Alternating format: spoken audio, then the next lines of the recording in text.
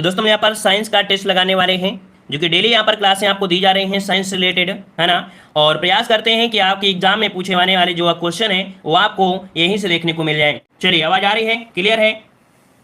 चलिए, बहुत अच्छी बात है। कुछ लोग चलो स्टार्ट करते हैं। यहाँ पर क्वेश्चन दिया गया है, मानव श्वास नली की लंबाई कितनी होती है? चलिए, पहले का जवाब देना है और इस प्रश्न का देखते हैं कितने लोगों का जवाब यहाँ पर सही आता है। चलिए बताइएगा, मानव श्वास नली की लंबाई कितनी होती है? चलिए, काफी लोग जवाब दे रहे हैं यहाँ पर आपका सी नंबर, कुछ लोग जवाब दे रहे हैं यहाँ पर आपका बी नंबर। चलिए, तो देखिएगा कि लंबाई जो होती है वो 10 से लेके 13 सेंटीमीटर तक आपकी होती है। कितनी? 10 से लेकर 13 सेंटीमीटर तक आपकी होती है। अब ये बताइए, जब 10 से लेकर 13 है तो हम बी तो लगाएंगे नहीं, किसको लगाएंगे? जो इसके बीच में पड़ जाएगी। तब क्या लगा देंगे? तो यहाँ पर आपसे लगा देना है सी नंबर, 12 सेंटीमीटर लगा देना है ना। तो याद रखिए 10 से शायद 16 सेंटीमीटर तक होती है ना, 10 से शायद 16 सेंटीमीटर कहीं कहीं पर आपको मिलेगा, 10 से 16 तक, ठीक है ना। तो उसमें से हम लोग ज्यादा से ज्यादा फोकस इस पे कर लीजिएगा, ठीक है। तो यहाँ पर याद रखिए इसका राइट आंसर क्या बनेगा? सी नंबर राइट हो जाएगा, ठीक है ना। चलिए आगे बढ़ते हैं। क्वेश्चन आपसे अगला पूछा गया है, कह रहा आपसे मस्तिष्क का कौन सा भाग, मस्तिष्क का कौन सा भाग श्वास की क्रिया पर नियंत्रण रखता है? ये जो श्वास होता है इसकी क्रिया पर जो नियंत्रण रखता है वो कौन सा भाग करता है? तो टू का ऑप्शन क्या हो जाएगा? ये करता है मेड्यूला। क्या होता है? मेड्यूला। अब आपकी जैसे गर्दन होती है ना, उसके पीछे जो आपका यहाँ पर ऐसे निकल के आती है ये वाला जो थोड़ा सा हड्डी ज्वाइंट होती है ना गर्दन के पास, मेड्यूला होता है आपका श्वास होता है। ऑप्शन क्या हो जाएगा? सी नंबर राइट हो जाएगा। क्लियर हो गया है? आगे बढ़ते हैं। क्वेश्चन आपसे अगला पूछा गया है, कह रहे मूत्र में पाया जाने वाला वर्ण कौन सा होता है? अर्थात मूत्र का रंग कभी पीला कभी कुछ होता है। इसका मतलब यही होता है कि क्या? तो उसमें होता है आपका यूरोक्रोम। ऑप्शन क्या हो जाएगा? बी नंबर राइट हो जाएगा, ठीक है ना। आगे बढ़ते हैं। क्वेश्चन दिया गया है, मनुष्य में किस प्रकार का निषेचन पाया जाता है? मनुष्य में किस प्रकार का निषेचन होता है? बाह्य निषेचन, अंतः निषेचन या दोनों? यहाँ पर 4 का ऑप्शन क्या हो जाएगा? B number. यहाँ पर अंतः निषेचन हो जाएगा, बी नंबर राइट हो जाएगा। आगे बढ़ते हैं। क्वेश्चन दिया गया है, कह रहा है कि मस्तिष्क में चारों ओर पाया जाने वाला आवरण क्या कहलाता है? मस्तिष्क के चारों ओर जो आपका आवरण लगा होता है, इस आवरण को क्या कहते हैं? याद रखिए, बोलते हैं मेनिनजस। क्या? मेनिनजस। अब आपको याद कैसे रखना है ना, अब आपको याद कैसे रखना है कि मेनिनजस ही होता है। देखिए, आपके एक बुखार आता है मेनिनजास्टिक, है ना, एक बुखार होता है जिसे बोलते हैं दिमागी बुखार। दिमागी बुखार आपने सुना है, जिसे मेनिनजास्टिक बोलते हैं। तो यहाँ पर याद रखिए उसी के नाम से आपको याद रहेगा, मस्तिष्क से, है ना। ऑप्शन ए नंबर अभी राइट हो जाएगा, ठीक है ना। क्लियर हो गया है? अगला क्वेश्चन आपसे दिया गया है, कह रहा आपसे स्मरण एवं चिंतन का कार्य मस्तिष्क का कौन सा भाग करता है? किसी चीज को याद करना, चिंतन करना, ये मनुष्य के कौन से भाग के द्वारा किया जाता है? यहाँ पर आपका जवाब आ रहा है 6 का ऑप्शन ए। यहाँ पर सेरिब्रम। कौन सा? सेरिब्रम होता है, जो कि सबसे बड़ा भाग भी होता है। ऑप्शन ए नंबर आपका हो जाएगा। अगला क्वेश्चन दिया है कि शारीरिक संतुलन के हेतु मस्तिष्क का कौन सा भाग उत्तरदायी होता है? देखिए, शारीरिक संतुलन हेतु मस्तिष्क का कौन सा भाग उत्तरदायी होता है? यहाँ पर 7 का जवाब क्या बनेगा? और 7 का हो जाएगा, ये है आपका सेरिबेलम। क्या? संतुलन के लिए होता है सेरिबेलम। यहाँ पर ऑप्शन क्या हो जाएगा? बी नंबर आपका राइट हो जाएगा, ठीक है ना। आगे बढ़ते हैं। क्वेश्चन आपसे अगला पूछा गया है कि थ्योरी ऑफ जंपिंग जींस के प्रतिपादक कौन से हैं? चलिए यहाँ पर जवाब दीजिएगा। काफी लोग जवाब दे रहे हैं बेडल एंड टीथ, मतलब 2 लोग यहाँ पर दे रहे हैं। चलिए और बताइएगा थ्योरी ऑफ जंपिंग जींस के प्रतिपादक आपके हैं। तो 8 का ऑप्शन यहाँ पर देखिएगा, थ्योरी ऑफ जंपिंग जींस के आपके बनेंगे यहाँ पर ऑप्शन डी। याद रखिए, ये आपके प्रवर्तक है आपके कौन? ये थे आपके जीन पियाजे। अच्छा, वो तो दूसरे थे जीन पियाजे। यहाँ पर जो आपका दिया है कौन सा? 8 नंबर में डी नंबर। कौन से आपके? बारबरा मैक्विंटलाटाक। कौन से? ये वाले जो आपके हैं, डी वाला है, बारबरा मैक्विंटलाटाक, ये है ऑप्शन। इसका जवाब डी नंबर आपका राइट हो जाएगा, ठीक है ना। आगे बढ़ते हैं। क्वेश्चन दिया है, लिंग का निर्धारण किस गुणसूत्र द्वारा होता है? लिंग का निर्धारण किस गुणसूत्र द्वारा होता है? यहाँ पर जवाब देना है। तो यहाँ पर आपका जवाब हो जाएगा 23वें जोड़े। याद रखिएगा कि जो 22 जोड़े होते हैं ये तो सिर्फ आपके मिलान के हैं, लेकिन लिंग का निर्धारण की लड़का है या लड़की होगी, तो याद रखिए जो 23वां जोड़ा होता है उसी के माध्यम से लिंग का निर्धारण किया जाता है। याद रखिए, किसी भी लिंग का निर्धारण होता है किसके लिंग से कह सकते हैं, किसके गुणसूत्र से?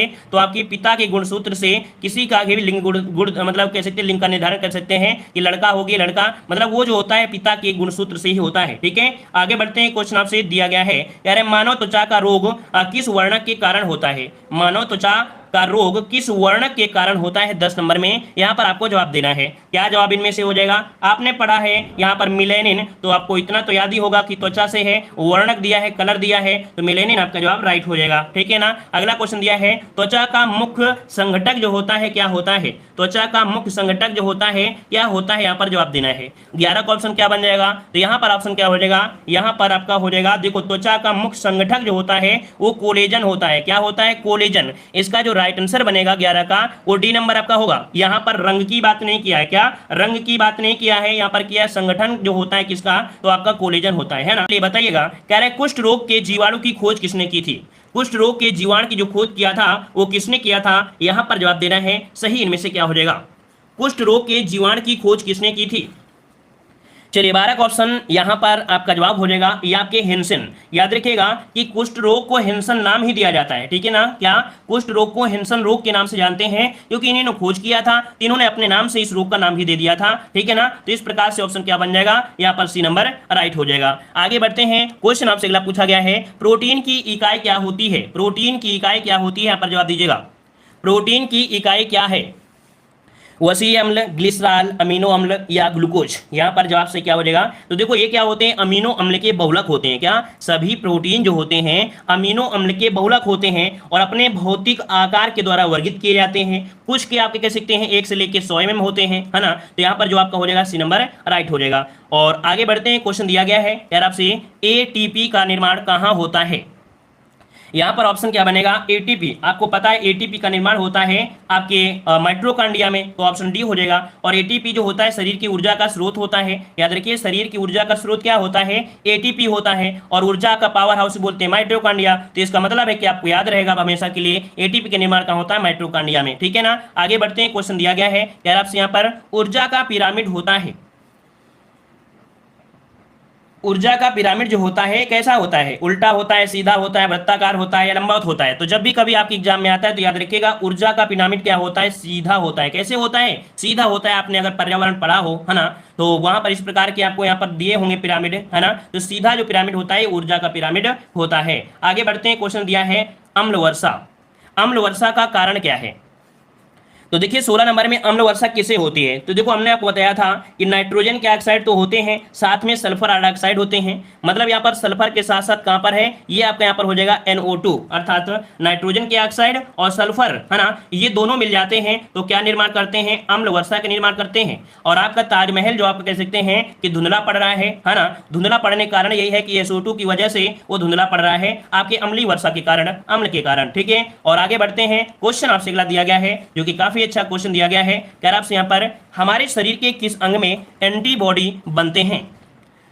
चलिए भाई 17 नंबर जवाब दीजिएगा। एंटीबॉडी, एंटीबॉडी जो बनेंगे कहां पर बनते हैं, चलिए इन्हें प्रतिपिंड भी कहा जाता है। क्या इन्हें प्रतिपिंड भी नाम दिया जाता है। और ये हमारे कहां पर बनते हैं, तो काफी लोग जवाब दे रहे हैं यहाँ पर आपका सी नंबर आपकी अस्थिमज्जा में, है ना। जहां रक्त बनता है वहां पर आपका बनता है अस्थिमज्जा में ही। तो ऑप्शन क्या हो जाएगा, सी नंबर राइट हो जाएगा। अगला क्वेश्चन दिया गया है, ट्रिप्सिन क्या होता है। चलिए बताइएगा यहाँ पर ट्रिप्सिन क्या है, ट्रिप्सिन क्या है।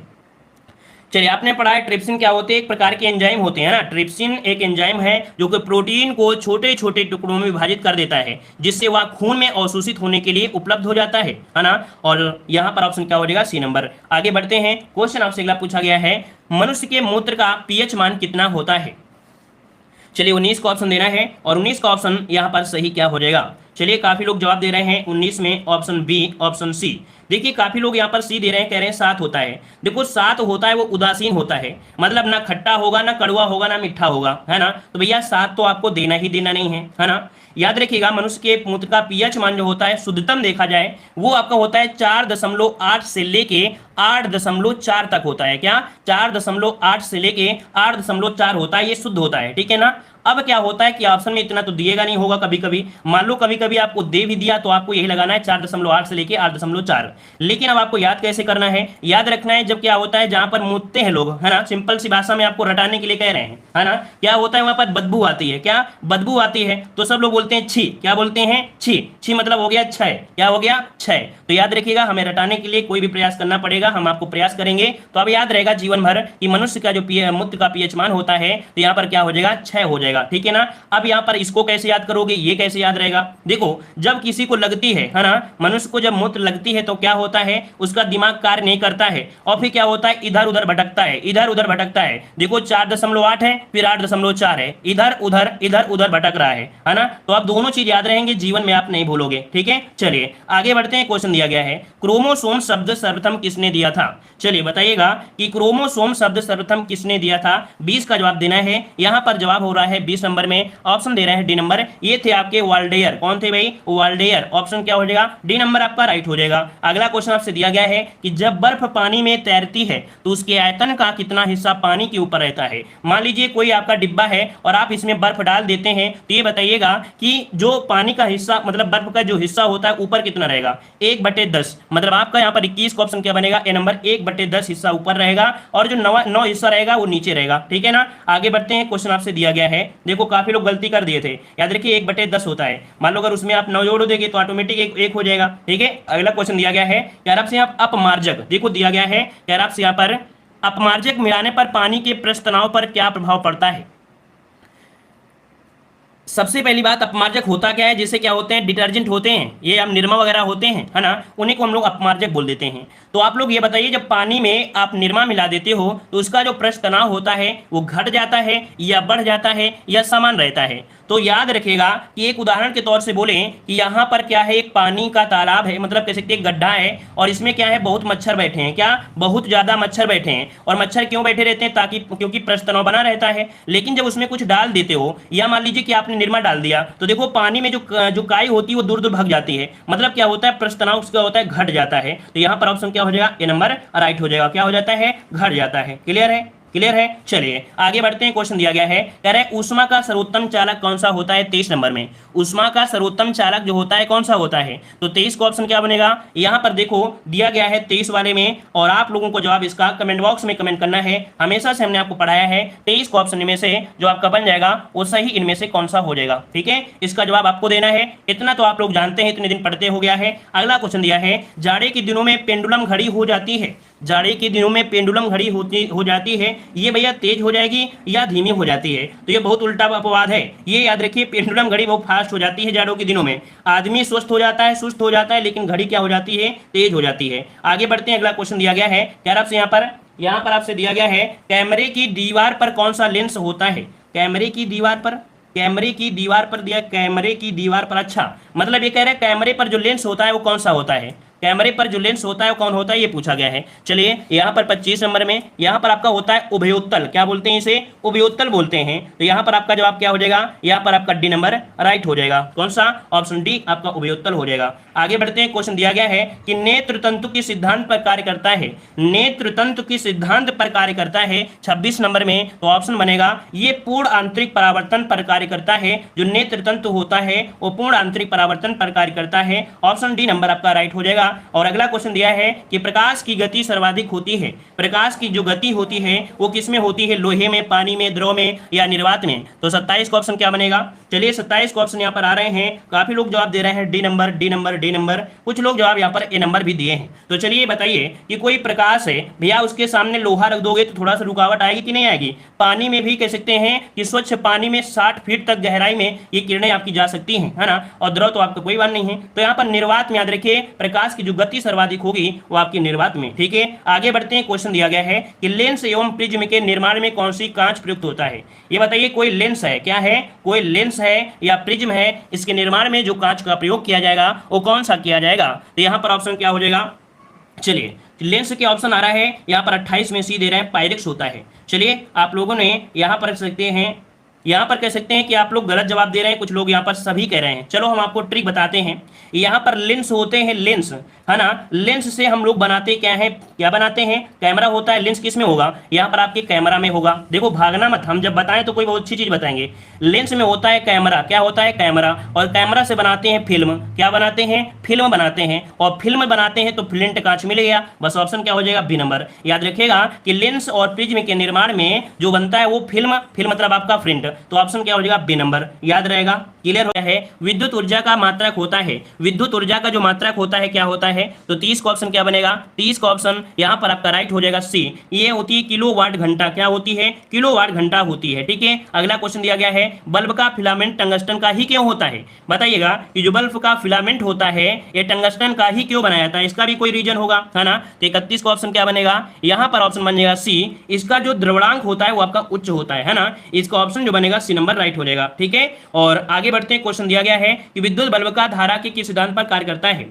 विद्युत बल्ब धारा के किस सिद्धांत पर कार्य करता है, यहां पर क्या बनेगा, तो ऊष्मीय प्रभाव पर। किसमें, ऊष्मीय प्रभाव पर कार्य करता है। ऑप्शन में क्या बन जाएगा, यहां पर आपका डी हो जाएगा। और अगला क्वेश्चन दिया गया है, साबुन के बुलबुलों को यदि आवेशित कर दिया जाए तो उसकी आकृति क्या हो जाएगी। मान लीजिए कोई साबुन का बुलबुला है और उसको आवेशित कर दीजिए तो उसकी जो आकृति है वो क्या हो जाएगी, यहां पर आपका क्या हो जाएगी, बढ़ जाएगी। क्या हो जाएगी, बढ़ जाएगी। अगला क्वेश्चन यहां पर आपसे दिया गया है, कह रहा आपसे यहां पर कि क्रोनोमीटर का प्रयोग किया जाता है। क्रोनोमीटर का जो प्रयोग होता है ये किसके लिए किया जाता है, तो क्रोनोमीटर होता है जलयानों में प्रयोग करते हैं। किसमें, तो जलयानों में करते हैं। यहां पर ऑप्शन क्या हो जाएगा, 34 में ऑप्शन ए हो जाएगा, क्रोनोमीटर जलयानों में। अगला क्वेश्चन दिया है, तत्वों के रासायनिक गुण किस पर निर्भर करते हैं। तत्वों के रासायनिक गुण किस पर निर्भर करते हैं, 35 को ऑप्शन देना है। और यहां पर याद रखिएगा सही जवाब इनमें से क्या हो जाएगा।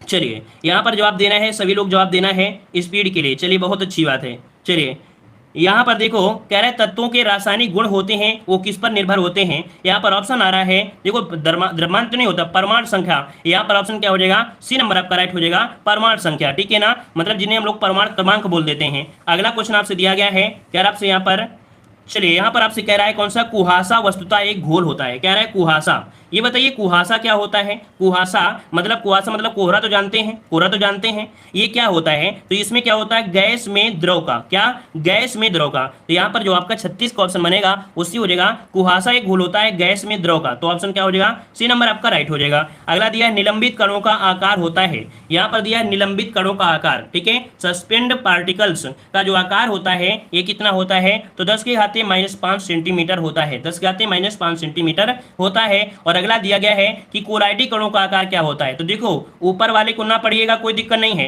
लेकिन नीचे वाले को जरूर पढ़िएगा, क्योंकि ये वाला एग्जाम में जरूर पूछा जाता है। और जो एग्जाम में ज्यादा पूछा जाता है उसमें हम समय आपको जरूर देते हैं। आपको पता है कि जो एग्जाम्स की दृष्टि से कम सही होते हैं उसको समय बिल्कुल कम देते हैं, लेकिन जरूरी होती है उस पर हम जरूर फोकस करते हैं। यहाँ पर 38 का ऑप्शन क्या बन जाएगा, ऑप्शन सी हो जाएगा। ये 10⁻5 से लेके 10⁻⁻7 आपके होते हैं। तो यहाँ पर आपका 38 का ऑप्शन क्या बनेगा, सी नंबर। अगला क्वेश्चन दिया है, पीएच का निर्धारण किसने किया था। चलिए पीएच स्केल जो होती है ना, पीएच स्केल होता है, इसका जो निर्धारण किया था किसने किया था, तो आपने पढ़ा होगा एसपी सारिन्सन, है ना। ऑप्शन क्या हो जाएगा, डी नंबर हो जाएगा, एसपी सारिन्सन। अगला क्वेश्चन दिया गया है, शुद्ध जल में हाइड्रोजन आयन जो सांद्रण का मान होता है कितना होता है। शुद्ध जल में जो आपका हाइड्रोजन के आपके आयन होते हैं इनका जो मान होता है वो कितना होता है, ये होता है आपके 10⁻⁻7। कितना, 10⁻⁻7 होता है। ठीक है, अगला क्वेश्चन आपसे दिया गया है, कह रहा है उदासीन घोल का पीएच मान होता है। उदासीन घोल का पीएच मान होता है कितना होता है। चलिए यहाँ पर जवाब देना है, सही जवाब इनमें से क्या हो जाएगा, 41 नंबर में। यहाँ पर याद रखिए उदासीन घोल है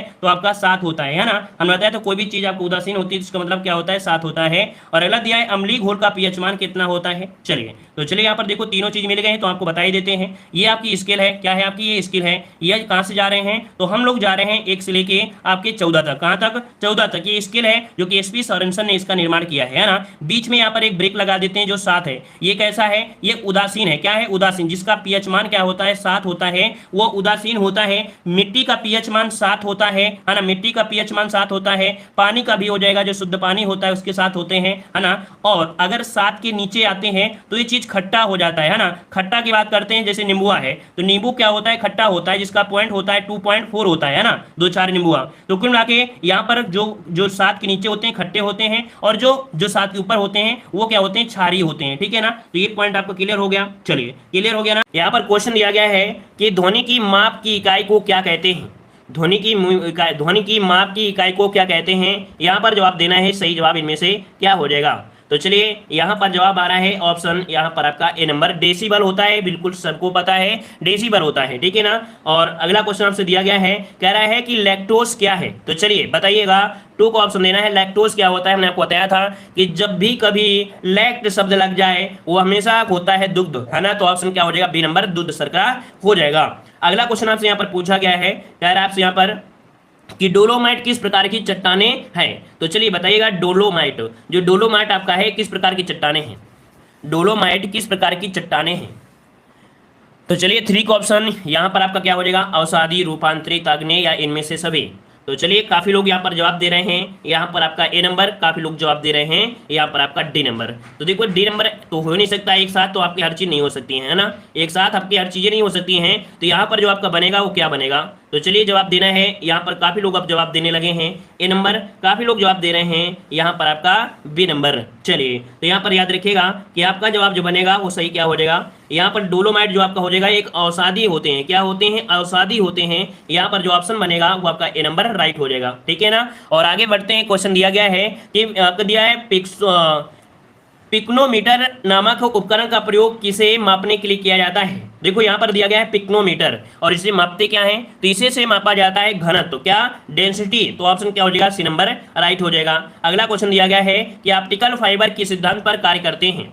ऑप्टिकल फाइबर किस सिद्धांत पर कार्य करते हैं, यहाँ पर आपका 5 क्वेश्चन क्या बनेगा, तो 5 क्वेश्चन क्या हो जाएगा, पूर्ण आंतरिक परावर्तन, हमने आपको बताया भी है कई बार, है ना। तो जो ऑप्टिकल फाइबर होते हैं पूर्ण आंतरिक परावर्तन पर कार्य करते हैं, ऑप्शन बन जाएगा आपका बी नंबर। अगला क्वेश्चन आपसे दिया गया है कि भारत में पीली क्रांति संबंधित है किससे, तो चलिए बताइएगा कि भारत में पीली क्रांति का संबंध किस फसल से है। चलिए 6 क्वेश्चन यहाँ पर लगभग सभी का आ गया है, तिलहन से है, किससे है, पीली क्रांति अर्थात आपके तिलहन उत्पादन से संबंधित है। और इसके उत्पादन में आत्मनिर्भरता प्राप्त करने के उद्देश्य से कई योजनाएं भी आपकी प्रारंभ की गई हैं, ठीक है ना। और आगे बढ़ते हैं, क्वेश्चन आपसे दिया गया है कि अम्ल वर्षा वनस्पति को नष्ट कर देती है क्योंकि उसमें मिला होता है।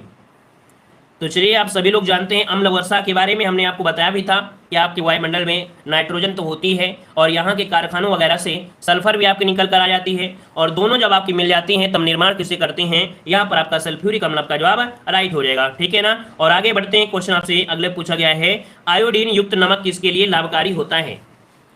तो चलिए आयोडीन नमक आपका दिया है, तो आपके गले में होती है थायराइड ग्रंथि, है ना, तो थायराइड ग्रंथि के लिए लाभकारी होता है, यहाँ पर ऑप्शन क्या हो जाएगा, सी नंबर राइट हो जाएगा, ठीक है ना। और याद रखिए आयोडीन शरीर व मस्तिष्क दोनों की सही वृद्धि करता है, विकास को संचालन में भी ये करता है, और इसकी कमी से हो जाता है घेंगा रोग, है ना, घेंगा रोग, है ना। और कह सकते हैं कि अगर घेंगा रोग हो गया तो शरीर में चुस्ती फुर्ती वगैरह नहीं रह जाती है, यहाँ पर सी हो जाएगा। आगे बढ़ते हैं, क्वेश्चन दिया गया है कि विषों के अध्ययन को क्या कहा जाता है।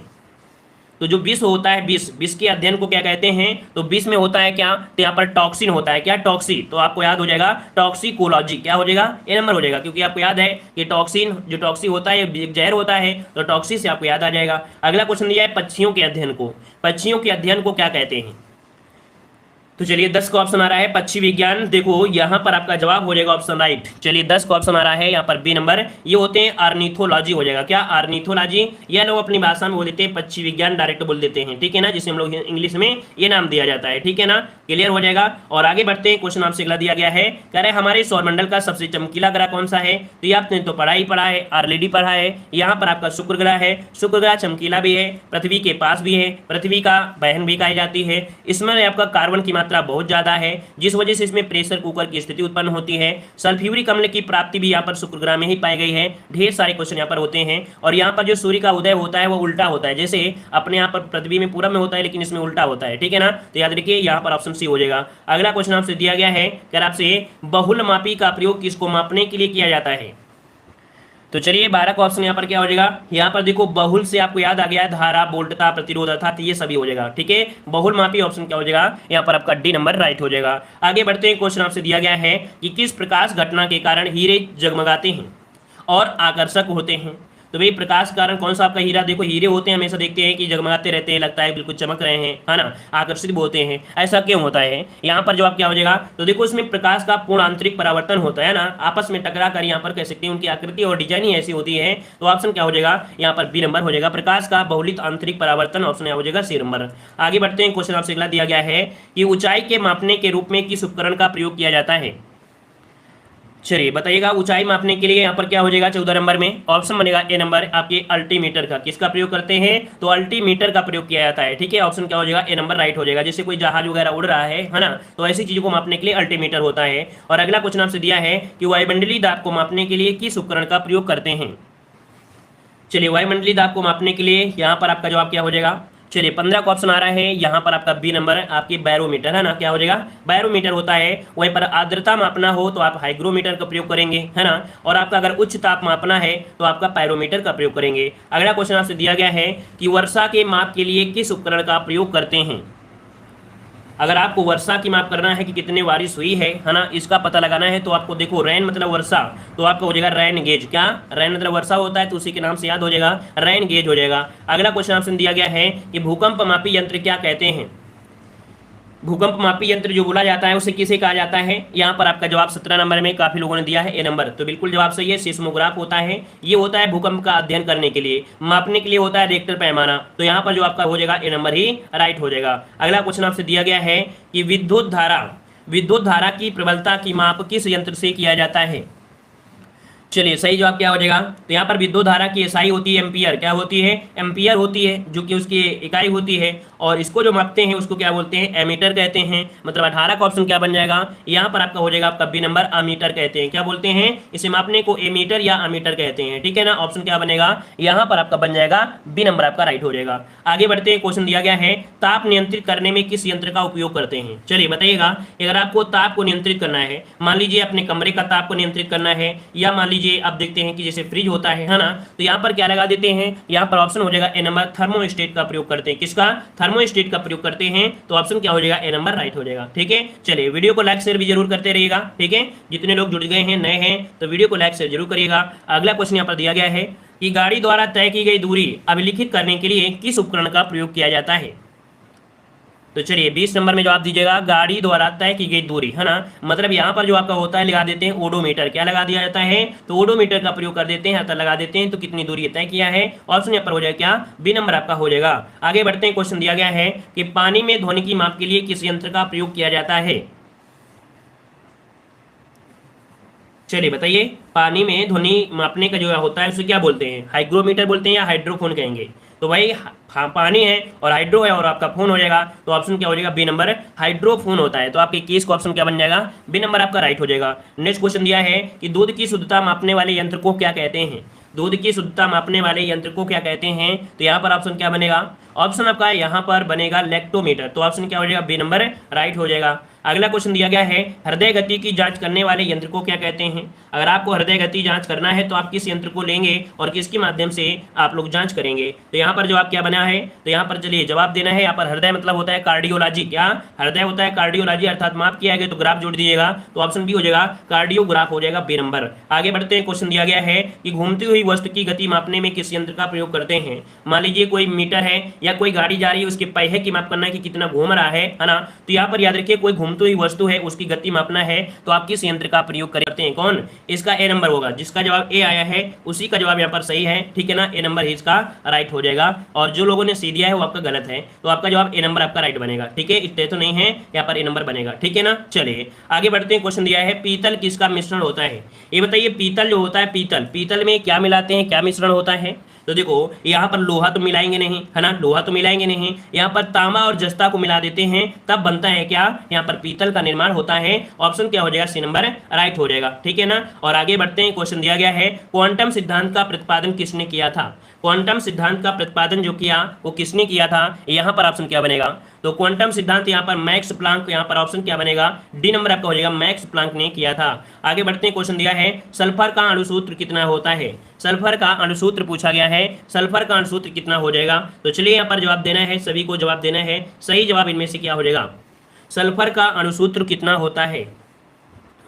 तो चलिए SO2 O जो आपका होता है कितना? तो आपका 8। इसका मतलब है कि ऑप्शन कहाँ हो जाएगा? यहाँ पर आपका जवाब बन जाएगा डी नंबर, यहाँ पर S8 हो जाएगा। क्या हो जाएगा? S8 हो जाएगा। जैसे वैसे होता है SO2, तो देखो यहाँ पर इसका ये हो जाता है, इसका वापस हो जाता है, मतलब एक दूसरे के विपरीत होते हैं। तो यहाँ पर ऑप्शन को हो जाएगा, यहाँ पर डी हो जाएगा। और अगला क्वेश्चन दिया गया है इलेक्ट्रॉन की खोज किस वर्ष आपकी हुई थी? तो चलिए जवाब दीजिएगा, इलेक्ट्रॉन की खोज किस वर्ष हुई थी? चलिए सही जवाब देना है। और यहाँ पर इलेक्ट्रॉन की खोज आपका हो जाएगा आपके सी नंबर 1897 में। कब? तो इलेक्ट्रॉन की खोज 1897 में एक थॉमसन थे जो कि ब्रिटेन के थे। यहाँ पर सी नंबर राइट हो जाएगा। अगला क्वेश्चन यहाँ पर आपसे पूछा गया है, क्या है आपसे यहाँ पर प्रोटीन के निर्माण में आधारभूत इकाई क्या है? चलिए प्रोटीन के निर्माण में आधारभूत इकाई क्या है? और 29 का ऑप्शन क्या बनेगा? यहाँ पर देखो हमने इसके पहले भी जो लेक्चर लिया था, है ना, वहाँ पर बताया था अमीनो अम्ल होते हैं। क्या? अमीनो अम्ल होते हैं। यहाँ पर जो ऑप्शन बनेगा वो आपका बी नंबर हो जाएगा। इसके पहले वाली क्लास में हमने आपको प्रोटीन से रिलेटेड बहुत ही आपके क्वेश्चन बताए भी थे, है ना। और अगला क्वेश्चन दिया गया है लाल चींटियां व बिच्छू के डंक में कौन सा अम्ल पाया जाता है? मान लीजिए कोई चींटी है काट लेती है या कोई बिच्छू काट लेता है तो उसमें एक अम्ल होता है जो छोड़ता है ना, तो ये आपका होता है फार्मिक अम्ल। क्या होता है? फार्मिक अम्ल होता है। यहाँ पर ऑप्शन क्या हो जाएगा? ए नंबर। अब याद कैसे रहेगा? जैसे कि मान लीजिए क्या होता है, खेत होता है, खेत को बोलते हैं फर्म बोलते हैं, और खेत में क्या होता है, चींटियां बहुत हो जाती हैं, है ना, तो यहाँ पर आपका ये नंबर हो जाएगा। ठीक है, अगला क्वेश्चन आपसे दिया है कि दूरदृष्टि दोष को दूर करने के लिए किस लेंस का उपयोग किया जाता है। तो चलिए 31 का ऑप्शन क्या बनेगा? दूर की अगर बात किया है तो क्या बोलेंगे आप लोग? बोलेंगे सर उत्तर लेंस। कौन सा है? उत्तर लेंस कौन सा है? बी नंबर आपका राइट हो जाएगा। जो कि गाड़ी के पीछे को देखना है तो भी उत्तर लेंस का ही प्रयोग किया जाता है। ठीक है ना, और आगे बढ़ते हैं। क्वेश्चन आपसे दिया गया है कि ओलिव रिडले किसकी प्रजाति है। यहाँ पर दिया ओलिव रिडले, क्या दिया गया है? यहाँ पर दिया है कि ओलिव रिडले किसकी प्रजाति है या किसकी जाति है, कोई दिक्कत नहीं है। ये क्या होते हैं? आपके कछुआ होते हैं। किसकी प्रजाति है? तो आपके कछुआ है। यहाँ पर ऑप्शन जो बनेगा वो आपका सी नंबर राइट हो जाएगा। आगे बढ़ते हैं। क्वेश्चन दिया गया है ग्रेनाइट किस प्रकार की चट्टानें हैं। तो चलिए 23 को ऑप्शन दे रहा है ग्रेनाइट। अब यहाँ पर देखो ग्रेनाइट जो आपकी होती है कठोर चट्टानें होती है ना, क्योंकि इसमें से 20 से 60% आपका क्वार्टज से बना होता है। और जब क्या होता है, लावा अंदर से बाहर निकल कर आता है, लावा जब अंदर से बाहर निकल कर आता है तो क्या होता है, वो अग्नि शैल होते हैं, और यही होते हैं आपके ग्रेनाइट। ऑप्शन क्या हो जाएगा? ए नंबर राइट हो जाएगा, और काफी मजबूत भी होती हैं। ठीक है ना, और आगे बढ़ते हैं। क्वेश्चन आपसे दिया है पेट्रोलियम किसका मिश्रण होता है। पेट्रोलियम देखो कोई भी खनिज तत्व होता है, खनिज वो तो औषधि में होंगे, लेकिन कोई पत्थर अगर ऐसा है वो आपके कह सकते हैं इसी प्रकार की चट्टानें होती हैं। चलिए यहाँ पर पेट्रोलियम किसका मिश्रण होता है 34 नंबर में। यहाँ पर आपका जवाब क्या हो जाएगा? जल तो मिला नहीं होता है, द्रव तो मिला नहीं होगा। अब यहाँ पर ठोस नहीं है तो ऑप्शन एक ही मिला है, हाइड्रोकार्बन। क्या होता है? हाइड्रोकार्बन होता है। ऑप्शन आपका बी नंबर राइट हो जाएगा। और अगला क्वेश्चन दिया है अलंकेश्वर और आपके कलोल दो तेल संयंत्र जो आपके हैं कहां पर हैं। अब इसका तो नाम आपने सुना ही होगा, कहीं ना कहीं सुना होगा कि अलंकेश्वर और कलोल दो तेल क्षेत्र संयंत्र कहां पर हैं। तो चलिए मान लो एक नहीं पढ़ा है तो एक तो आपने पढ़ा ही होगा, है ना, अलंकेश्वर। तो अलंकेश्वर कहाँ पड़ता है? तो आपके गुजरात में पड़ता है। कहाँ पड़ता है? तो आपके गुजरात में पड़ता है। तो ऑप्शन क्या हो जाएगा? सी नंबर राइट हो जाएगा। और चलिए धन्यवाद सभी को, जय हिंद, वंदे मातरम।